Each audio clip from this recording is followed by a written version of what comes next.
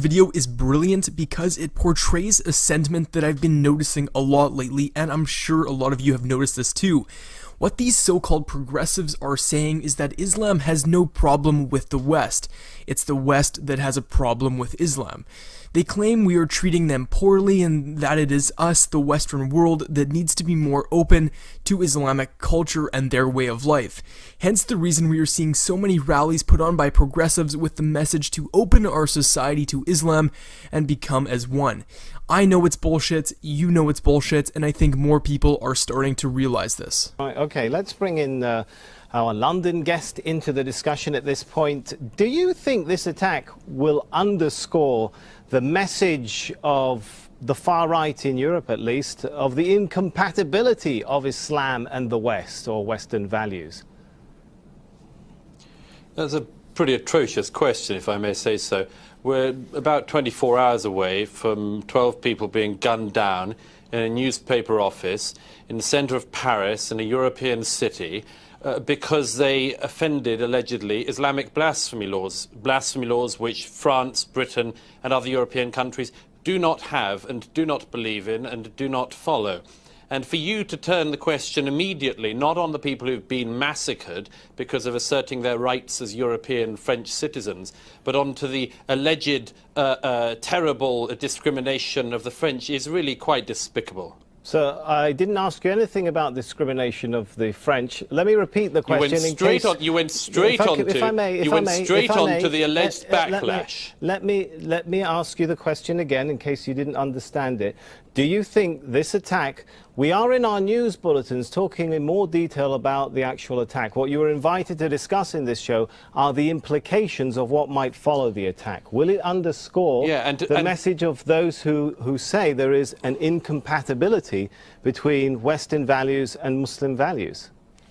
No, you want to paint the narrative which you think turns immediately, not from the attackers, but on the French society, which you would like to portray. I'm giving you my answer, so why don't you listen to it? Which you would like to portray as somehow anti-Muslim or anti-Islamic or anything like this. Let's start from the fact that 12 people were massacred because European citizens asserted their right, which they have every right to do, to draw Muhammad just as they have the right to draw any other historical figure, which they believe in or don't believe in, it doesn't matter. They have that right.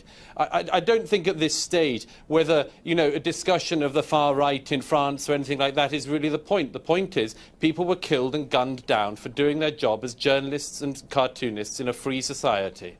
Okay.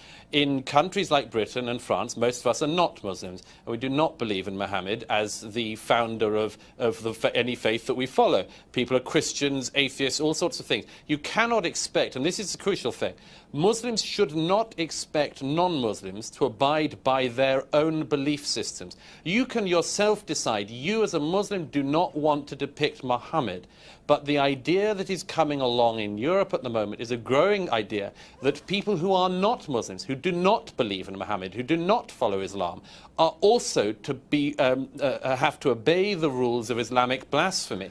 And in Europe at the moment, that is the big debate. You've made that point, Douglas. Sure. Unfortunately, if an impartial viewer were watching your program, they'd come away with the idea that all Germans and French people are nascent fascists waiting to expel Muslims. Actually, you just painted, for a journalist, it's quite shocking. You just painted a completely inaccurate portrait of what is going on in protests in Germany, which in actual fact, if you look at it, are highly specific. Can I finish my point? Let me correct you on a factual point. I didn't say all Germans or all French are looking to expel Muslims. But then you decided and I to say didn't mention a protest in any particular country. So now that we got the facts straight, please go ahead. Your incredibly biased portrayal of European citizens starts from your misportrayal of people turning out at protests as being against all Muslims or wanting to expel them.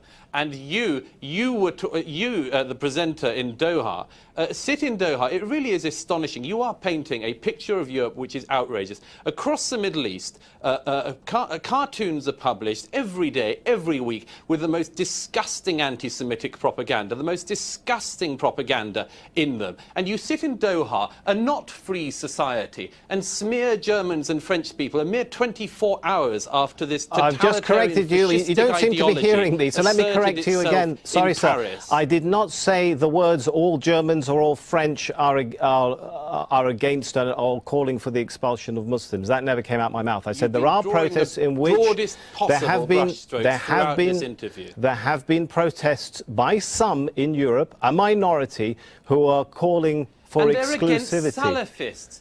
Do you not follow any details? The German protests are against Salafists. There is a problem in Europe, sir, and the problem is of Islamic fundamentalism. There is now also a secondary problem, which is that many people who do not like the Islamic fundamentalists are objecting to it. I suggest we unite in sorting out the first primary problem in order to also prevent the secondary problem from ever growing.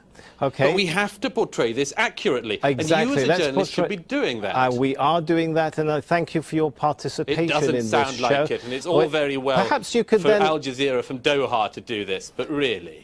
Do you believe that what has happened today is a fringe example of the behavior of a few Muslims, or do you in the far right, or do you in the far right, or do you in the far right, or do you in the far right, or do you in the far right believe that this is an example of why Muslims are incompatible with European culture? I will answer it because I'm a free person and a free European in a free society.